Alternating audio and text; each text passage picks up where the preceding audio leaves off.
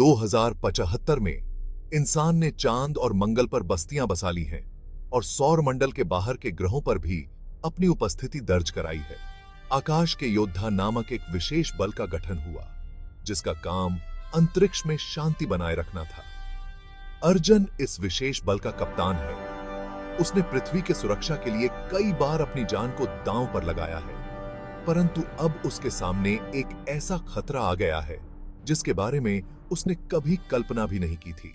पृथ्वी के वैज्ञानिकों ने एक नए ग्रह ऑर्बिटोन की खोज की थी, जहां से एक शक्तिशाली सिग्नल आ रहा था। इस सिग्नल की जांच के लिए अर्जन और उसकी टीम को भेजा गया। जब वे ऑर्बिटोन पहुंचे तो उन्हें एक अदृश्य शत्रु का सामना करना पड़ा। यह शत्रु एक प्रकार का अलौकिक प्राणी था, जो प्रकाश की गति से चल सकता था और किसी भी हथियार से अप्रभावित था। यह शत्रु मानसिक रूप से भी हमला करता था। अर्जन को अब यह समझ में आ चुका था कि इस शत्रु को साधारण हथियारों से नहीं हराया जा सकता।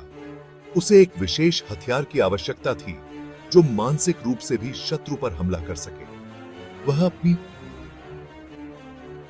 अपनी टीम के साथ मिलकर मेंटल वेव गन का निर्माण करता है।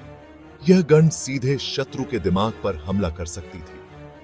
अर्जन ने अपने साथी जेना और ट्रैक के साथ मिलकर शत्रु का सामना किया।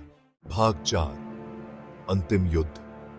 अब अर्जन के पास केवल एक ही विकल्प बचा था। उसे अपनी मानसिक ताकत को जीतना था। उसने अपनी पूरी हिम्मत जुटाई और शत्रु के सामने डट गया। जेना और ट्रैक ने उसे इस लड़ाई में सहारा दिया। मेंटल वेव गन की मदद से उन्होंने शत्रु के मानसिक हमलों का जवाब दिया। आखिरकार अर्जन ने शत्रु को एक ऐसा मानसिक झटका दिया जिससे वह पूरी तरह से कमजोर हो गया, और फिर उन्होंने उसे एक शक्तिशाली हमले से पूरी तरह समाप्त कर दिया। भाग 5, शांति की ओर। शत्रु के नाश के बाद अर्जन और उसकी टीम ने पृथ्वी की ओर वापसी की। यह लड़ाई उनकी शारीरिक और मानसिक शक्ति की परीक्षा थी। अर्जन ने साबित किया कि इंसान की सबसे बड़ी ताकत उसकी मानसिक मजबूती होती है। अर्जन को आकाश के योद्धा के रूप में सम्मानित किया गया। उसने यह लड़ाई इंसानियत के लिए लड़ी थी। कहानी का सार। आकाश के योद्धा।